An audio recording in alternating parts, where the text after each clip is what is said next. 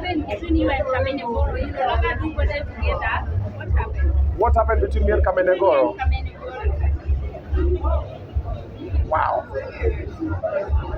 A lot happened, but I'll summarize it this way. Kamene is a nice person. She's talented, she's lovely, she's lovable, and I worked with her for a while. And for all the years I've done radio, her and Sana Beitande are the two people that I really enjoyed working with on radio. And then I really tried to introduce her to the digital space. And at first she was kidogo skeptical, even kuvaa zile alikuwa anavaa. Then eventually she folded, then we started dressing the same, zile na dress like a king, nini, and we did that. And then when we left Kiss, I tried to pursue that as well. I tried to do, you see the thing I did with them on Facebook, I tried to do with Kamene Goro, but now on that, yenda alikuwa wa Kibombe, mimi nilikuwa boy wa ghetto. So tukaanza na episode za kwanza which we shot, and tukaenda kwake, akapika omena, that was my idea. Akaosha omena na sabuni, that was my idea. Because in the Luo culture, wanaambiwa that mademu wa Kikuyu wanaoshanga samaki na sabuni. So I thought it was a funny thing. So akaosha omena nini, so that was like our first episode. So when we went online, guys really trolled her. Wakamtusi, and she got very stressed. So akanambia, I'm not doing this anymore. Toa hizi episodes. And I'm like, it's already gone viral. I can't. And then that day that we shot a lot of episodes, like 7. Tulikuwa na podcast ya kuongea na nini. So hizo zingine sasa kanambia, mimi sitaki, I don't want to be part of this nini.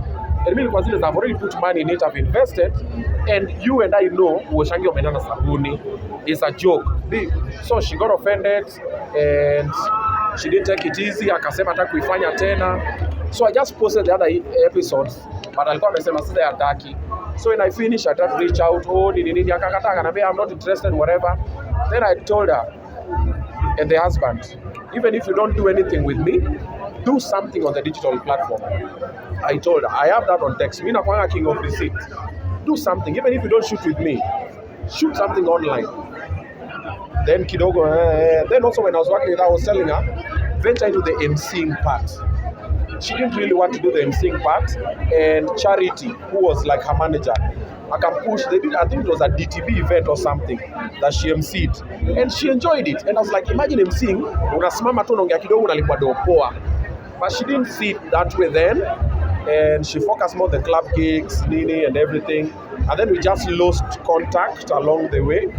So I wouldn't say there is enmity or beef, but what I was trying to do, she didn't see sense in it.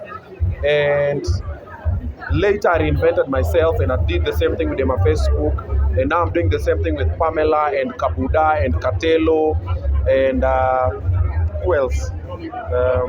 There's a bunch of guys that I'm working with. So we're doing the same thing with other people, but on the digital platform. And some are working, some are not working, but we keep pushing. So that's what happened between me and Kamene. Yeah.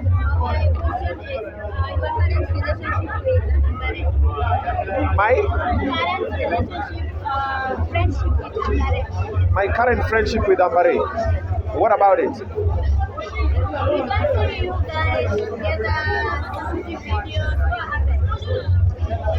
Wow. Aki leo mnataka tu nichome kila mahali. I was not invited for the birthday. So I wouldn't say there is beef between me and Amberay or Rapudo. However, when I was shooting the video for Kado, so when I was doing the video for Kado, the main love interest was Amberay. And we agreed and negotiated, nikakubali na mlipado fulani. So the day of the shoot, they came very late. And we had to, you know, when you're shooting with a set, you have to remove the set for you to create another set. So all the dancers and everybody were waiting because we needed to do a shot on that set. And then somewhere, they were a little bit tipsy. I don't know what happened. And then she got in and then did the makeup. And then when we were shooting, we even did the first part. So when we were shooting, she didn't want me to dance with her. And the husband was there. The husband's like, yo, because it's a song saying, this shot is beautiful. You see? So when I dance, I'm like, so anasema, he dance pale, he dance pale. And you're like, hey, yo. So I spoke with the husband, Rapudo, and I was like, hey, bro, this song iko hivi and this is whatever. It's not like we're doing anything sexual. Ilikuwa tu unaimbia dem. So it was supposed to be very intimate, but not like sexual. So akakataa akasema pana, nini. And then she got angry and then she walked out of the set and she left. And the husband called me, he's like, hey bro, maze, pole, nini, I'm trying to sort it. I think it's the issue with the alcohol or whatever. And I was like, I ain't shida, bro. Then we shot all the other parts. The following morning, the manager texted me, delete those parts for Amberay doing the song, nini. So I'm like, why is Dedan texting me? Amberay has my number, Rapudo has my number and everything. And I never responded. And I kept quiet. And since then, we've just been going apart. There's no enmity, there's no hard feelings. It was just work, nothing personal. But now I realized, I'm like, oh, wow. So this is how it's happening. And I said, let me now focus on these other things. So we don't really have beef, but we're just not as close as we used to. That is what happened. Yeah. Well, of course.